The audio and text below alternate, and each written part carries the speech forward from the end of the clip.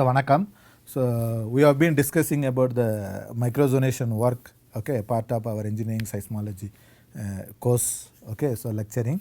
So we have talked about the global seismic hazard mapping done in 1992 by the Bhatia et al. And then how it was done and all. So then followed by we also talking about the global earthquake model GEM, okay, which was where they prepare a global scale seismic hazard map, okay, so for the different countries, like 30 countries, that the continent, the countries basically they carried out this work individually and try to collaborate and mix and then make it as a common platform where the procedures and then the mapping tool and then the mapping level remains same, okay, and then it has a option also whenever there is a change in the model and data, it can automatically update. So that was one of the beauty of this model. So this we discussed that they developed in the OpenQuake program, okay, so OpenQuake program they do, okay. So we have seen that as a India they are given iterative map where you can see the PGA distribution. So even if you pick up, okay, a particular point, for example I want to know what is the hazard at Salem. So you can see the hazard at Salem, this is the value you can see here, okay, this is the hazard at Salem. But if I go to Bangalore, even though it's marked all of them in the green with the range of 0.08 to 0.13, but you can see the variation. So such kind of iterative map or interactive map will be useful for the regional level planning and city level planning. So that is what we have to target part of the any microzonation mapping system, okay. So hopefully our future NDMA map which they are planning to produce will be having such kind of map city level where you can see the variation with respect to different part of the city, okay. So for example if you are in the Chennai city, you can see the what is the hazard value at the central railway station and what is the hazard value at Tambaram, what is the hazard value at Meenambakkam airport and what is the hazard value at Coimbatore, what is the hazard value at Anna Nagar and what is the hazard value at Madavaram. So like that different places how the hazard value changes. So that should be clearly extractable and viewable, that kind of mapping system should be adopted. So why, as I told you that this is the macro scale map, it says a hazard range, okay, hazard value, but which does not consider a regional variation, okay. So then why these maps are very important, why they do? Basically these maps are estimated to know the exposure and the risk of the particular country, okay. So when you are talking about the hazard analysis, okay, basically when we are talking about the hazard analysis, hazard different hazard, okay, not sorry hazard analysis, when we are talking about the different hazard, we also talk about the risk and exposure. In the first class we have told that which are the countries are highly exposed to a seismic risk. So how they say based on this kind of global scale studies, okay. So the idea of this map is basically to generate a risk and exposure map using this, not for building design. Basically the global level we know that which are the countries are highly risk seismically, which are the countries are flood risk, which are the countries are drought risk, okay, like that. Why this is informations are needed? People who want to invest, as you know that now the global, the international business are the each country can buy from other countries, they can invest and produce something. People who want to invest their money to make something on country level, they want to know that what is the status of this one, okay. So for example somebody want to start a factory in India to produce something, okay. So then they look at this seismic hazard map, okay. Then they look at the what is the risk associated in that. So they try to invest where is the low risk region, so that even something happens their factories are safe with respect to earthquake, not the economical. Similarly they look at several risk factors for the investment, wherever the low risk is there they go for that. So such way like preparing that kind of larger scale and continent to continent, how this region is basically involved is basically this kind of studies are done. There is a agencies or companies, okay, they do this kind of systematic analysis and produce a local scale map. Okay, so there is RSM, okay, risk model solution. There is one company who produces and give input to the insurance company, okay, who do the housing insurance. Okay, they decide that this area I want to take insurance, housing insurance, how much the my premium. That for that this kind of data and are useful. So the global seismic risk map, okay, is comprised 4 global maps. Okay, the main map presented a geographical distribution of average annual loss normalized by the average construction cost respective country due to the ground shaking, residential, commercial, industrial building, considering the contents and structural and non-structural component. So they prepare basically the risk, how much financial loss. For example, if I start a factory here, if the earthquake comes, how much the financial loss I incur, 1 year, 5 years, 10 years. Such kind of understanding will be done using this kind of global level data. Okay. Then the normalized matrix allows direct comparison of the risk between the countries with widely different construction costs. It does not consider the effect of the tsunami, liquefaction, landslide and fire and earthquake. You can see that this cost what the risk right now they are given in the global earthquake model only consider the direct ground shaking hazard, not the tsunami, liquefaction, landslide and fire. Okay, so because this minor level information incorporating in the global level will be very complicated. Okay, but at least it give you the where it stands with respect to the direct ground shaking hazard in the bedrock level condition. The loss estimations are from the direct physical damage to the building due to the shaking, those infrastructure, indirect losses due to the business interruption are not included. It's only the because that building damages, the earthquake happens, what is the earthquake loss. So this they studied from the previous earthquake and used to model this kind of damages. So the average annual loss are presented on a hexagonal grid with a spacing of 0.3 by 34 decimal degree, approximately 1000 square kilometer at equator. The average annual losses were computed using the event based calculator of the OpenQuake engine and open source software seismic hazard and risk analysis developed by the GEM model. So how this map was developed, they were given actually. This was map produced from the hazard and risk analysis developed by the GEM Foundation, which was comprised the data from the different region.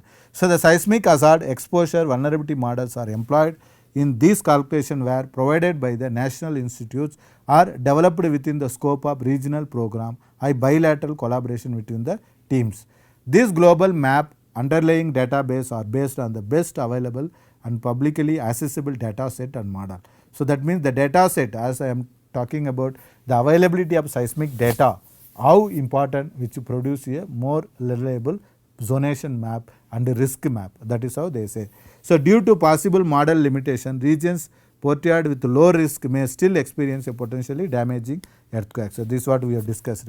So there is a chances that even though it's marked as a low risk, there may be high hazard due to the damaging earthquake because of the lack of model and data at a particular place. So the GEM risk map is intended to be dynamic product such that it may be updated when new data set and model become available. Release of updated version of the seismic risk map are anticipated on regular basis where there will be risk. So this is the global risk map. Okay, so this risk map will give a average annual loss, okay, due to the earthquake in USD. Okay, the normalized by the construction cost of the USD per meter square on the hexagonal grid of this much size about a 100 kilometer region. So you can see it varies from less than $50 to about $25,000 at a particular place. So now we can go to the iterative map in the screen. So as I told you that, okay, so this is the earthquake hazard map. So let's see the risk map. So the risk map, you can see this is a risk map. So you can go very minute level.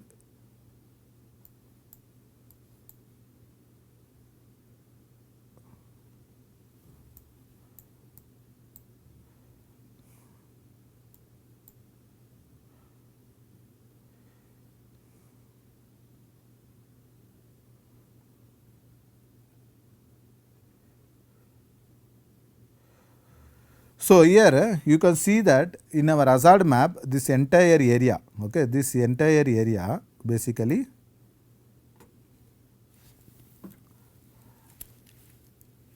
so this entire area basically marked as a same hazard value.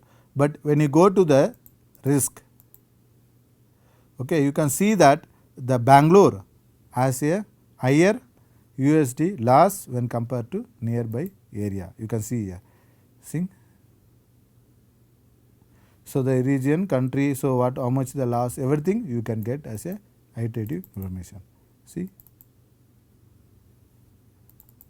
So this is also annual average loss. So such kind of maps are put. So people want to invest. For example, they look at Southern India as the option. Within Southern India, they look for okay Bangalore, Mysore, Chennai, and Hyderabad. Like that they look at.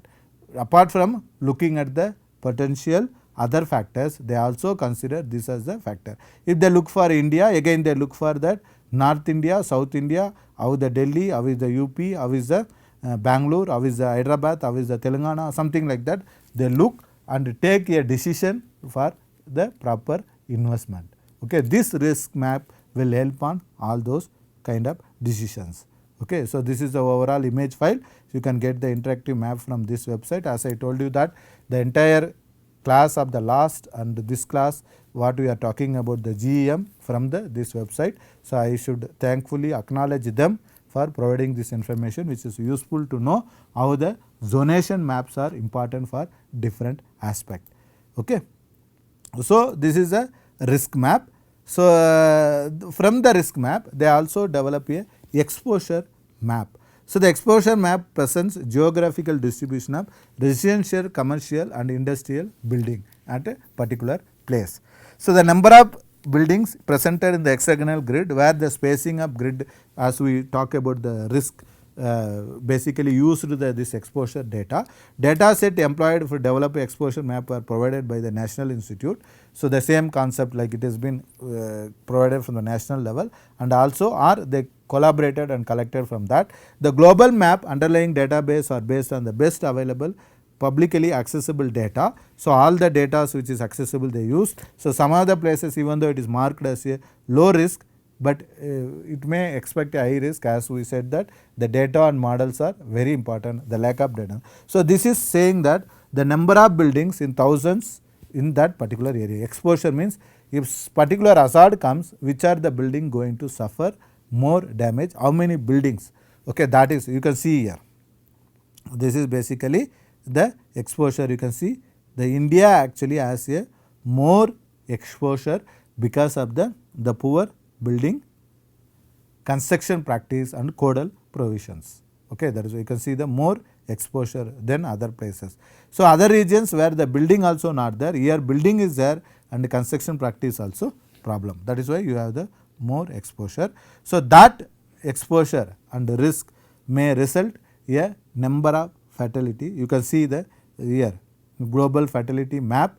So estimate average annual human loss due to the earthquake. You can see basically the earthquake human loss. So North India you can expect at least per year so many people die due to the earthquake in the region. Okay. So this is the details provided from their risk and analysis, where they consider data from the olden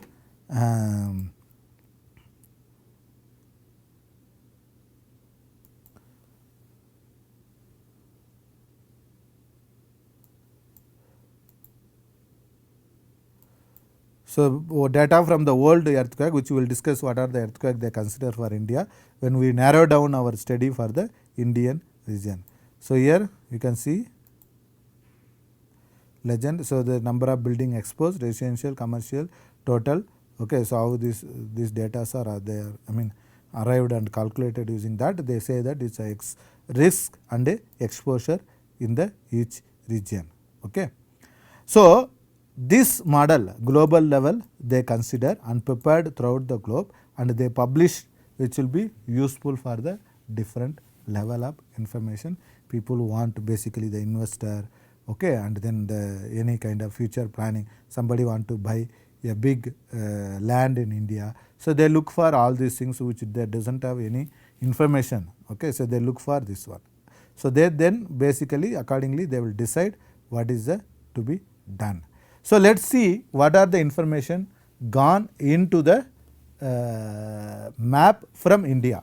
Okay, so the Indian seismic hazard model of India, the basically cover Indian subcontinent with hazard value estimated by the Nathan Thimbajam during 2012. Okay, so basically the work carried out by Nathan Thimbajam during the 2012, okay, has been considered as a part of your global earthquake model. So this model covers India, Bangladesh, Bhutan and Nepal. The model has been updated and translated from the original format to the open quake software, where engine which collaborates with the natural resources of the Canada. So okay, the people who are taken the data and try to incorporate that. Additional information, materials, documentation about the implementation of the model can be found. Okay, this website, if you go to that website, you can find here more information about the what are the models they used. I will just to show you that, because it is very important when we talk about the any model. So how this model is better, okay, how far it's reliable, okay, what are the conditions they used. So here I should also acknowledge that the Thimbajam, okay, the scientist Thimbajam, one of the pioneer person who work on hazard analysis, particularly he contributed, okay, so extensively in the area of this hazard analysis and seismic microzonation mapping. Okay, so his contributions are extensive on this area. So the initially basically from the IAC Iyengar and Raghukant, then followed by the Thimbajam and Nath. Okay, so those are all the pioneer people who are actually senior to me, they but contributed extensively on this. So this is the basically the iterative map what they produce from this study. So where you can see that the tectonic, okay, the PGA distribution, gridded seismicity map, you can see whatever map you have seen, no? This is the ingent scale, how you can see the variation. Okay, so here you can see the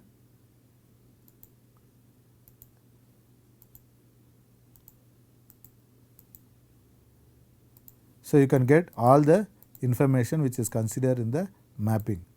Okay, so that is what you can get from this iterative Indian map. Okay, so you can see even the tectonic boundaries,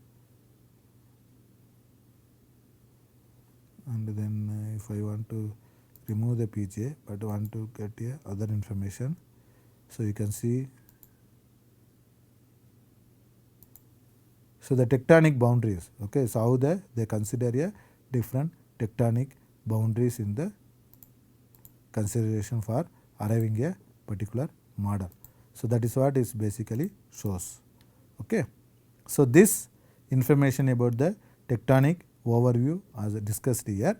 So what is the tectonic overview? The hazard model what they consider, okay, source model. Okay, so the three source model, a single setup aerial seismogenic source model, two smooth gridded point source model. So then epidemic uncertainty considered through the alternative. So here they didn't use a linear source, they consider a point source and a aerial source based on the data which is available. So this is the ground motion characteristics model which used to estimate a hazard value. For example, active crust region, which is the North India, they used this, sorry, active crust normal fault mechanism, they used this. Active shallow crust side slip reverse, they used this model. So the intraplate regions like the southern India, they used this all the ground motion model. What is the weightage factor? Because in PSHA when you have the option to combine different GMPs with the different weights, okay, then the stable crust, okay, so then the subduction interface, subduction intraslab and subduction intraslab. So these are all the GMPs they use and using this they estimated the PGA value. That PGA value only you are seeing here, you can see. Okay, so this is the combined. So there is a change in the model, there is a option they can incorporate and revise a map. Okay, so from this website you can get that information what they have considered and used. So this is how your PGA distribution map. Okay, so this is actually the so maybe the risk, I think risk value on the particular location. So you can see how the values are regional scale is estimated to represent in the global scale. Okay, so in this actually to estimate a risk and exposure, they consider basically the data from India. What are those data? Basically they consider when they do this analysis of 2018 the population. Okay, they consider 1333 million people, the population growth rate so much, the GDP million so much, GDP per capita so much. Okay, so then the total saving, okay, so billion so much, life expectancy so much, Gini index and human development index so much. So these are all the factor, social factor which goes to exposure and risk. So to take a risk they have considered residential, commercial, industrial, so much asset replacement cost so much. Okay. Then the major earthquake what they consider actually Gujarat 2001 earthquake, Kilari earthquake and Somali 1991 earthquake, where the number of fatalities are available with the building information and other details. This is the information they use. Finally, they produce seismic hazard map which is considering the ground motion prediction equation what we discussed earlier, and this is the way of distribution of the hazard. Okay. So this map is gone to this one. Then the exposure map, value of USD per Indian scale, you can see the how much the USD in Indian scale. So there are places where the exposure of these regions are very low, even though the seismically it's very high hazard. You can see that exposure and hazard. The risk, okay, the average annual loss you can see here. So this is actually combination of both exposure and risk. So where some places you might have seen the higher risk but lower exposure, some places you have seen the higher exposure and lower risk. By combining this you can see the value of in USD, you can see how much. So the average annual, okay, the average annual drop represented long time loss value per year due to the direct damage caused by the earthquake, ground shaking of residential, commercial and industrial building. Due to those three earthquake data they consider and then they try to arrive these maps. Okay, similarly seismic average annual loss ratios, okay, which are the place you get more loss, which are the place you get less loss when comparing the highest and lowest in the region. So the annual average loss ratio of the country or subdivision represented the average annual loss normalized by the total asset replacement cost within the country. This is how they arrived. Okay, you can see the residential, commercial and industrial, how much the commercial. So industry actually very less. So the 200 years return period loss represented long term mean loss value due to the direct damage caused by the earthquake, ground shaking, residential, commercial stock and considering the this one. So whatever non-structural component and the building content in that, you can see how the loss. So if you want to do the long investment you will have the more loss. So the people look for the short investment, they may experience a. So this is again a region wise how much the loss, annual loss you can expect, West Bengal, Bihar, Punjab, Delhi, Uttar Pradesh. This is the example. So you can get like this here several region level and decide that where you want to invest, okay, where you want to start your factory, where you want to start your. So as I told you that this kind of global earthquake models, okay, GEM or all those, the objective is not only to tell how your country with respect to other countries in the world, and also it give you the risk and exposure level. So here you can also note that this exposure level and risk level not consider the liquefaction, tsunami, landslide kind of hazard taken into account. Particularly the earthquake, even though they consider these three earthquake, but these earthquake damages not explicitly account all those things in detail.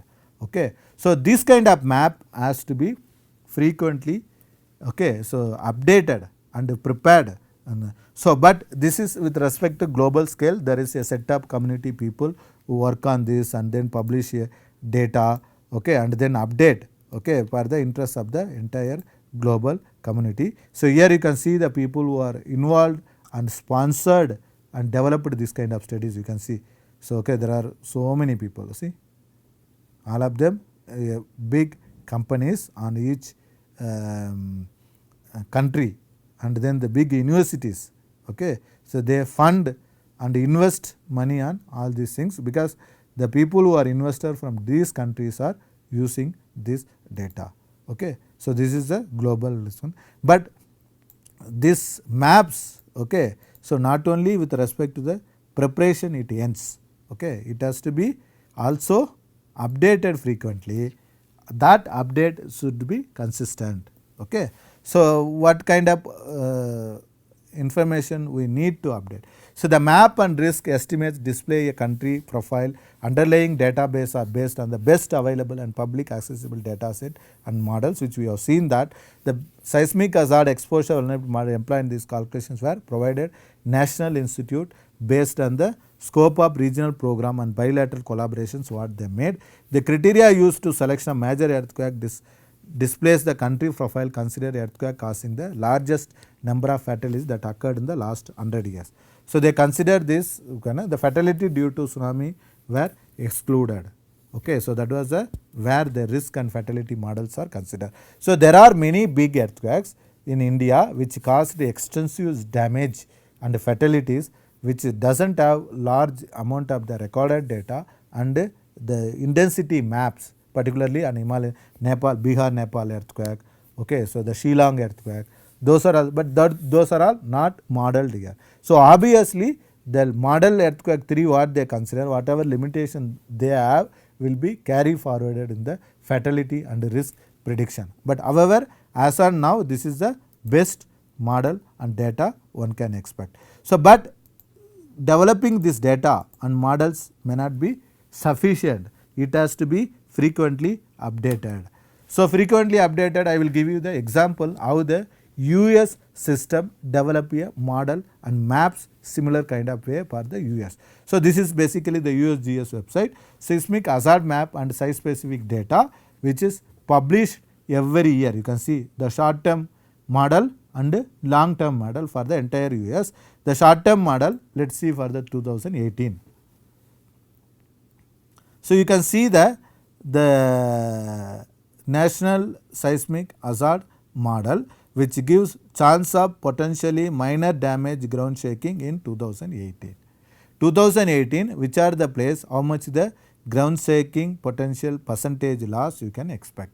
So similarly, you can see 2007 they developed, 2009 they developed, which help for the short term investment plan and other things. So this consists of the detailed data and analysis which they collected from the different long term data. You can see the long term data. So you can also see that the long term data provided, okay, this is the long term data. So you can see 2008, okay, map has been given, which is valid for the next 4 years. You can see they developed 96, 2002, 2008, 2008 and 2014 and 2018. So earlier they used to do every 6 years, now they are doing every 4 years. So these kind of maps, microzonation maps or hazard analysis maps or exposure map or risk map need to be frequently updated.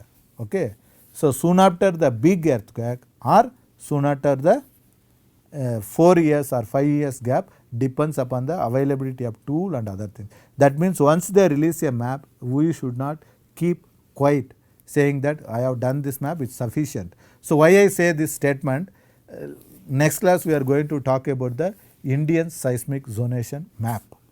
Okay, how the zonation map is prepared, what is the discussion we are going to make on that. So you can see that these people prepare a hazard zonation map and also a risk map and a exposure map with time interval. Let us see how our maps are prepared in the India, how these maps are reliable. On the next class we will be discussing that.